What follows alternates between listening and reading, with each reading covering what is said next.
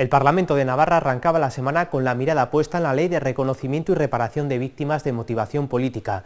EH Bildu resaltaba la labor que está haciendo en la investigación de estos casos la Comisión. En el otro lado de la balanza, UPN, PP y Vox eran muy críticos con este órgano. El eurodiputado de EH Bildu, Fernando Barrena, era reconocido por el Gobierno de Navarra como víctima y solicitaba investigar las sentencias que se basen en declaraciones obtenidas en situación de tortura. Arrancadas contra la voluntad del detenido en dependencias policiales. Estas palabras resonaban en el arco parlamentario y UPN pedía revisar la ley que reconoce a torturados. Es un disparate y es un sinsentido y es intolerable. Vox arremetía contra la Comisión de Reconocimiento y Reparación de las Víctimas de Motivación Política. Un personaje de este tipo, etarra, pues es víctima. El mundo al revés. El Partido Popular, a su juicio, ponía el foco en el tratamiento del Ejecutivo Foral con las víctimas del terrorismo de ETA. Es en las que desgraciadamente les abandona. EH Bildu aseguraba que podría haber hasta más de 1000 personas bajo la situación de víctimas de funcionarios públicos.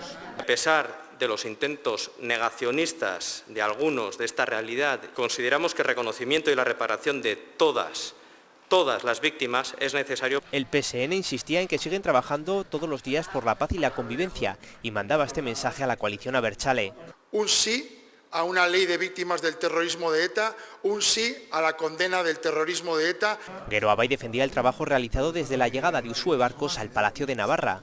Absolutamente positivo que podamos visualizar y reconocer. En la misma línea se pronunciaba Contigo Surekin. Estamos ante un hecho de justicia, siempre lo hemos defendido. La formación regionalista matizaba que quien debe decidir si alguien es torturado es un juez y no una comisión, a su parecer ideologizada.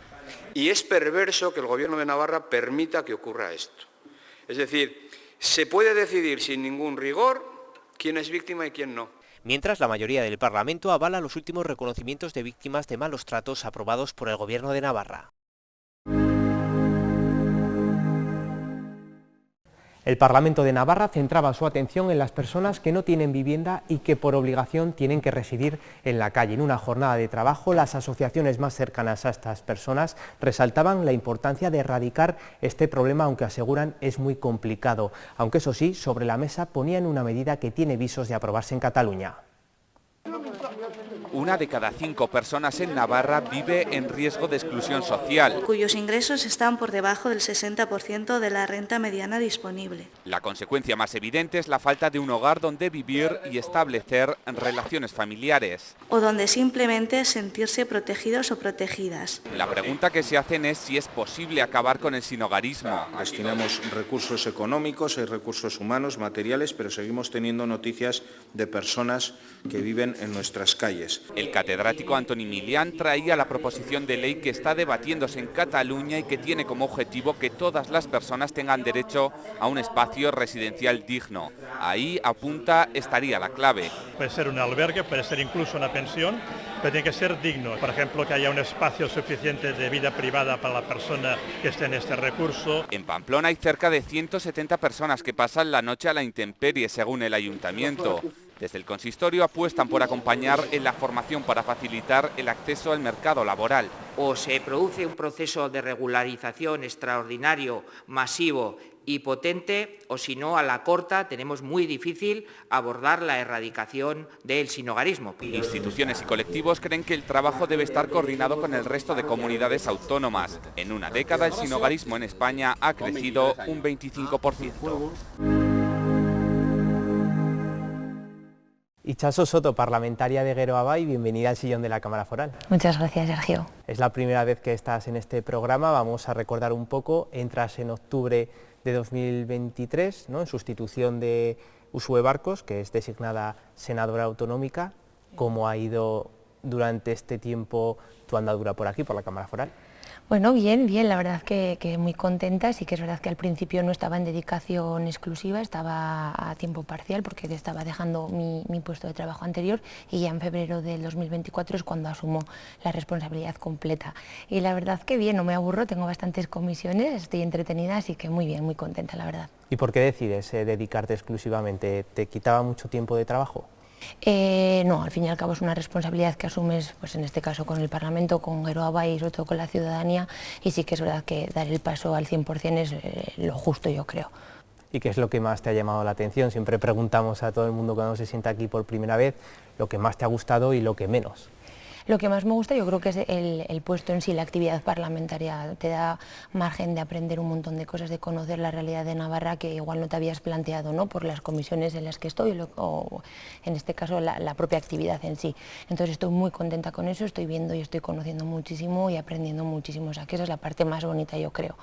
La menos bonita, por así decirlo, pues yo que sé, también un poco la actividad parlamentaria en cuanto a lo que son los plazos administrativos, ¿no? Al fin y al cabo, en este caso, en mi caso particular, que vienes con mucha energía, intentas como cambiar las cosas y al final es verdad que el plazo administrativo pues no te deja avanzar lo rápido que tú quieres, ¿no? Entonces a veces te frustra un poco, pero bueno, en general bien, muy bien.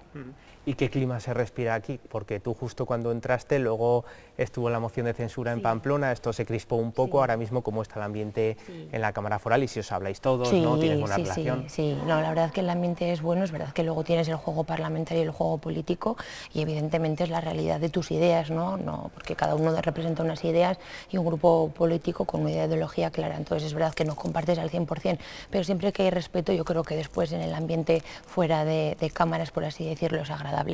Es evidente que tienes que tratar a todo el mundo con respeto, respetar lo que se dice, pero no dejar de proponer lo tuyo, insistir en lo tuyo, pero luego el ambiente es bueno fuera.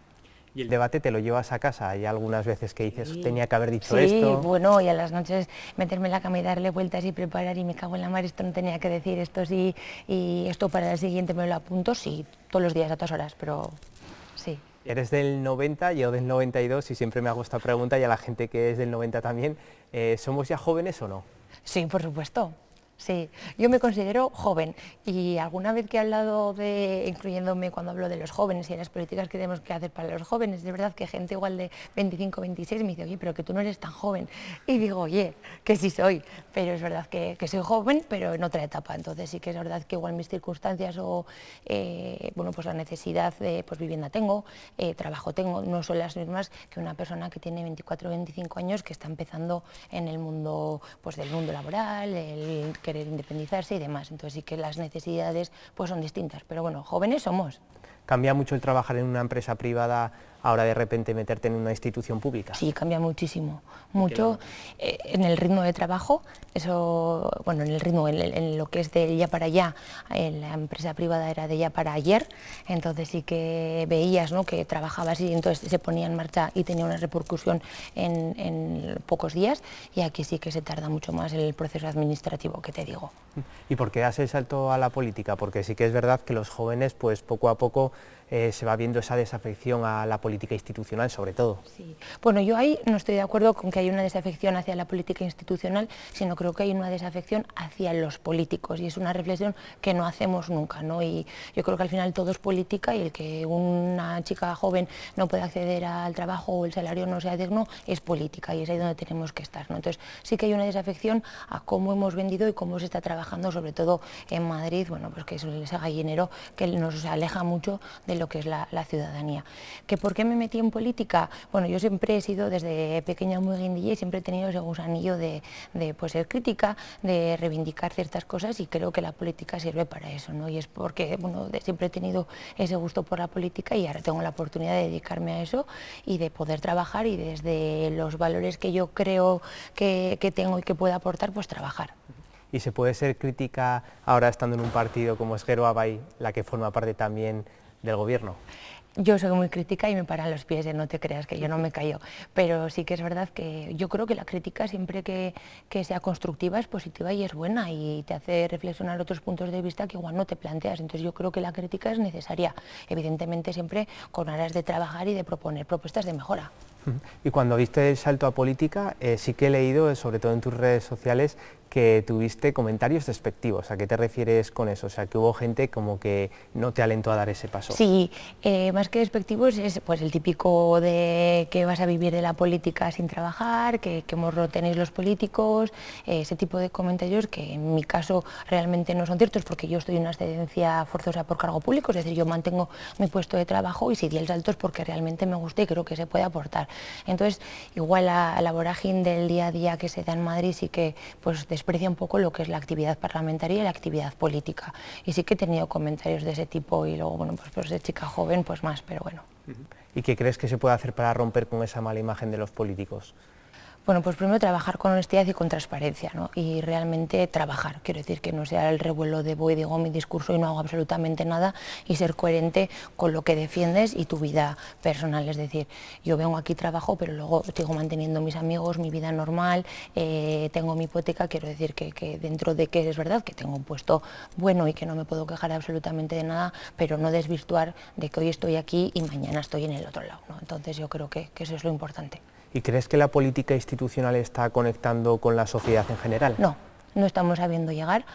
Eso sí que te doy la razón, hay una desvinculación total de lo que se hace en las instituciones y lo que llega a la gente, y se trabaja mucho en las instituciones, pero es verdad que en este sentido no estamos sabiendo recoger las necesidades o comunicativas o bien de saber llegar, en este caso, a la ciudadanía y sobre todo a la parte más joven. ¿Y eso por qué crees que es responsabilidad de los políticos, de los ciudadanos que nos informan? Pues yo creo que es un poco todo, la verdad. Responsabilidad nuestra, sí, de no dar espectáculos y de hacer política real. Creo que cuando nos metemos en insultos o incluso en desvirtuar la democracia dentro de las instituciones o en menospreciar la democracia, pues eso yo creo que nos aleja totalmente y es donde pecamos mayoritariamente. Pero luego también yo creo que hay que hacer un ejercicio de realmente marcar el mensaje correcto para hacerlo llegar a la ciudadanía, que al final la ciudadanía lo que quiere es: tengo este problema, ¿en qué me lo vas a solucionar? Y muchas veces nos metemos en discursos más de ideología política, de politizar absolutamente todo, cuando hay cosas que no hay que realmente politizarlos.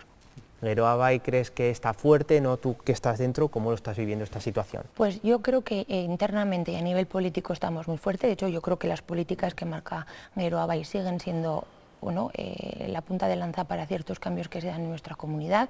Hay grupos que antes estaban años luz nuestra o decían estar años luz nuestra, que ahora están asumiendo nuestras políticas como propias. Incluso hay algunos que se enarbolan o se ponen en nuestra medalla de políticas y luego los que ha conseguido Geroa, con lo cual en el momento en el que todo el mundo cuestiona, critica y nos quiere hacer desaparecer es porque estamos haciendo las cosas bien. Entonces yo creo que a nivel político sí estamos muy fuertes y yo creo que además con bastante peso y con unas ideas de hacer política claras. Es verdad que a nivel comunicativo pues tenemos que hacer una reflexión y tenemos que dar una reflexión a cómo comunicamos y cómo mandamos a la ciudadanía, o cómo hacemos llegar, mejor dicho, nuestro mensaje y nuestras políticas a la ciudadanía. Yo creo que nuestros consejeros están haciendo muchísimas cosas por Navarra, que están posicionando a Navarra, en este caso a nivel europeo, pero es verdad que hay una distancia entre lo que se está haciendo y lo que está llegando. ¿Crees que el haber entrado Geroa en el gobierno eso ha hecho que se desgaste poco a poco un poco la imagen de Geroa y por ejemplo se ve pues que H. Bildu, por lo menos lo que dice en las tendencias, en la encuesta, es que asciende, está haciendo una oposición? Hombre, yo no creo que a nosotros nos desgaste, porque al fin y al cabo estamos haciendo política. Sí que es cierto que la posición que tiene Bildu es la fácil, es decir, no me comprometo, ¿no? Y voto cuando quiero lo que quiero y tengo esa posición de poder hacer. Es verdad que cuando entras en gobierno, que nosotros llevamos desde el 2015, tienes otra responsabilidad totalmente mayor, ¿no? de hacer bien, incidir, tiene muchísimo más trabajo que el estar, digamos, en esa posición, ¿no? Sí que desgasta en el sentido de que tienes que estar en las 4 consejerías que tenemos, tienes que estar trabajando continuamente, la oposición que se hace que desgasta en el sentido de lo que es el trabajo diario. Pero a nivel político creo que no nos desgasta, nos da otra visibilidad que otros grupos que no están en el gobierno no tienen. Eres secretaria de Social Verdes. En cuanto a las relaciones con la sociedad civil, ese puesto, ¿en qué se refleja? Explícame un poco en qué consiste. Bueno, pues principalmente como partido político y realmente centrado en Navarra, en la política navarra y con una agenda política navarra, al final mi rol en este sentido es pues entender, juntarme con la sociedad civil, con las entidades que conforman los diferentes núcleos de actividad de Navarra, bien sea del ámbito sanitario, sindical, educativo, y darnos a conocer y sobre todo recoger aquellas no incidencias, pero inquietudes que puedan tener y ver cómo se puede trasladar dentro de una propuesta política. ¿Cuál crees que es una de las mayores preocupaciones que tiene la ciudadanía navarra? A ver, es evidente que es la vivienda, ¿no? A día de hoy es el foco principal y donde se están haciendo más esfuerzos y donde yo creo que tenemos que incidir. Es un derecho y hay gente que no tiene acceso a una vivienda, por lo tanto yo creo que es donde tenemos que estar, donde tenemos que articular diferentes medidas y donde sí que se está trabajando. ¿Conoces a gente que esté sin vivienda y no sé si tú te sientes en situación, entre comillas, privilegiada de poder tener una vivienda que me comentabas? A ver, yo en ese sentido, bueno, tengo la hipoteca con el banco, pero sí que es verdad que no tengo esa preocupación de cuándo voy a poder acceder, pero sí que hay gente de mi cuadrilla, gente que lleva toda la vida aquí, que a veces nos pensamos que, bueno, pues afecta a situaciones más vulnerables, pero la realidad es que hay gente de toda la vida de aquí que están los precios inadmisibles y que no puede acceder a una vivienda, ¿no? Entonces sí que preocupa. Y yo empatizo con mis amigas y con mis amigos y es una situación, permíteme la expresión, pero jorobada, y te da rabia, ¿no? Que decir, llevo trabajando 15 años y no tengo lo que es el montante para poder acceder, entonces hay que trabajar en eso. Y a título personal, ¿qué lectura haces de todo estas supuestas trampas de corrupción que están envolviendo a Navarra o también que están vinculadas con Madrid? O sea, ¿crees que eso denota un poco la imagen de la política? Y no sé, tú también perteneciendo a Geroa Bai, ¿qué es lo que opinas? Hombre, pues evidentemente favor a la política no hace, ¿no? Y desde luego yo personalmente y a nivel de mi grupo rechazo total, ¿no?, a la corrupción y a la falta de transparencia.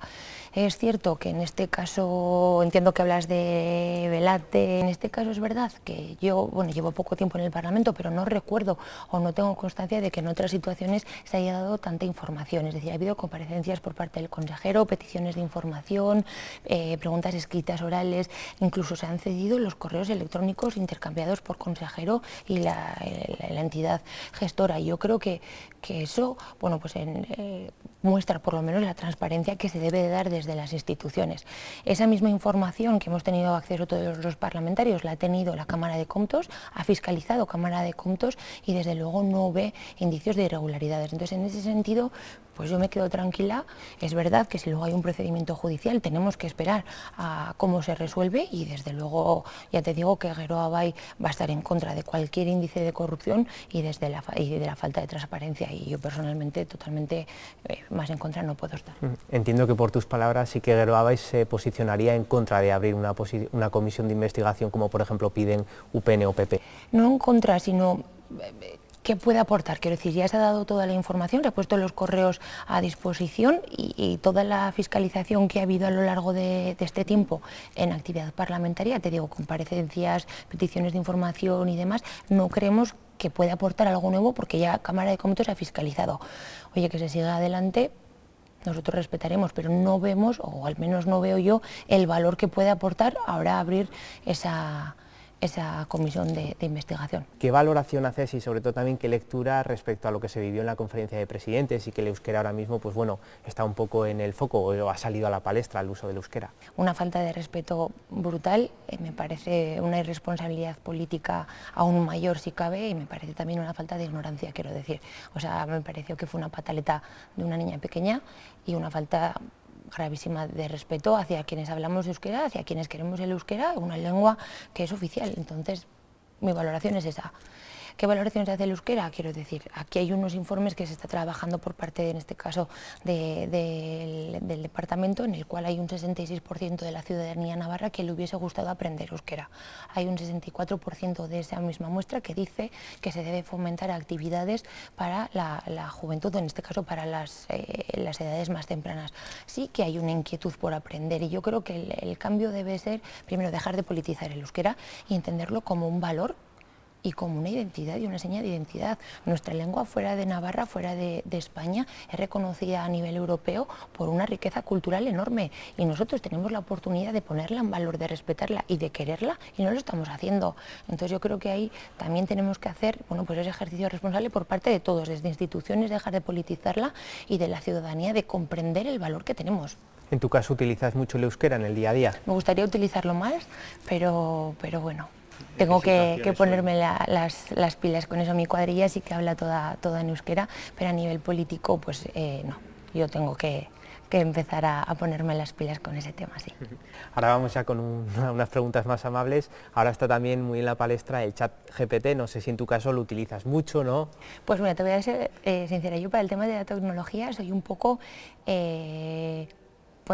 vaga en este sentido. Sí que es verdad que no me gusta mucho, también mi móvil me lo dejo abandonado, contesto al WhatsApp a los 2-3 días, entonces sí que la verdad no lo he utilizado.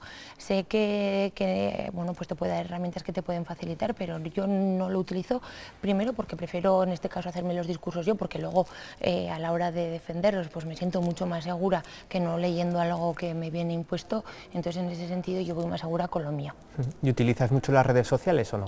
Pues no como debería, es decir, yo que critico mucho la falta de comunicación, en este caso, creo que tengo que darle un mejor uso, sobre todo al Instagram, no profesional, pero al que tengo abierto a nivel político, porque sí que creo que es importante, pues conocer de primera mano qué es lo que se está haciendo, entonces sí que hay peco también de no utilizarlo mucho. ¿Te gusta algún deporte? Sí, yo soy súper deportista. Yo he patinado, he hecho patinaje de velocidad toda la vida, desde los 4 años. Dejé de patinar, dejé porque me fui a estudiar fuera y demás, luego volví, estuve hasta el 22 y ya dejé, y el otro, este domingo que fue a Pamplona, Puente de la Reina, estuve viendo en Puente y ya me volví a picar el gusanillo, pero sí, hago mucho deporte. Me gusta mucho el monte, me gusta surfear, me gusta esquiar, la bici también. Sí.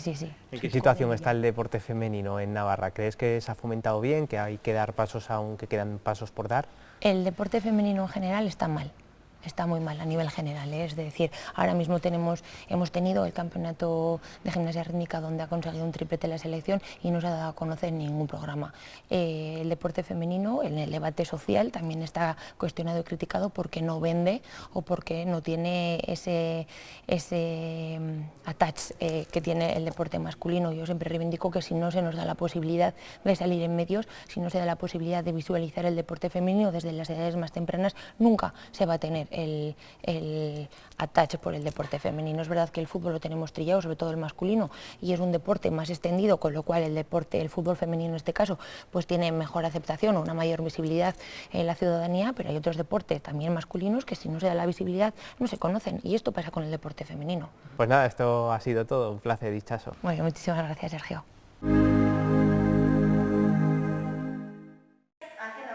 Antes siquiera de dar tiempo a que los periodistas se lo preguntasen... Antes de que me lo pregunten, sigo manteniendo la confianza en mi compañero y amigo Santos Cerdán. Apoyo sin paliativos a Santos Cerdán desde el PSN. Le he llamado para ver cómo estaba. Es un momento duro porque hay una indefensión manifiesta. Se mantienen en que lo referido a los túneles de Velate se hizo conforme a la legalidad y achacan todo a una cacería perpetrada en Madrid. Por esa manada de hienas que viene a atacar a una persona y a un partido. Mientras tanto, UPN y el Partido Popular critican que los socialistas se opongan a la creación de una comisión de investigación. ¿A qué tienen miedo? ¿Qué quieren esconder? Hoy tiene más sentido que nunca investigar sobre lo que está sucediendo. Que recaba el apoyo de Vox. Se repite la historia de corrupción. Y de momento, cierre de filas entre los socios del Ejecutivo ante las últimas informaciones. Y lo que espera la ciudadanía es que se confirmen las investigaciones que se están produciendo. Creemos que es momento de que la justicia realice ese proceso de investigación.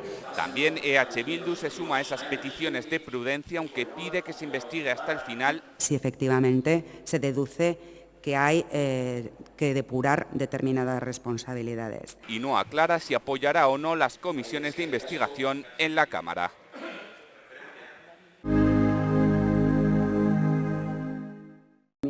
El Parlamento Foral conmemoraba el Día de las Lenguas de Signos con un acto en el que se reivindicaba la necesidad de seguir trabajando para lograr una igualdad total. Las lenguas de signos no son una opción, son un derecho.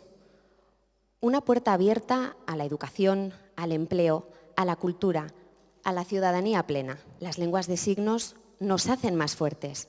Para ello, se insistía, hay que eliminar las barreras que todavía encuentran las personas sordas y poner en marcha planes y políticas que contribuyan a la presencia plena de lenguas de signos en los medios, la educación, la sanidad o la justicia. Desde las instituciones tenemos que seguir trabajando para eliminar barreras, garantizar derechos y reivindicar la igualdad de derechos para todas las personas.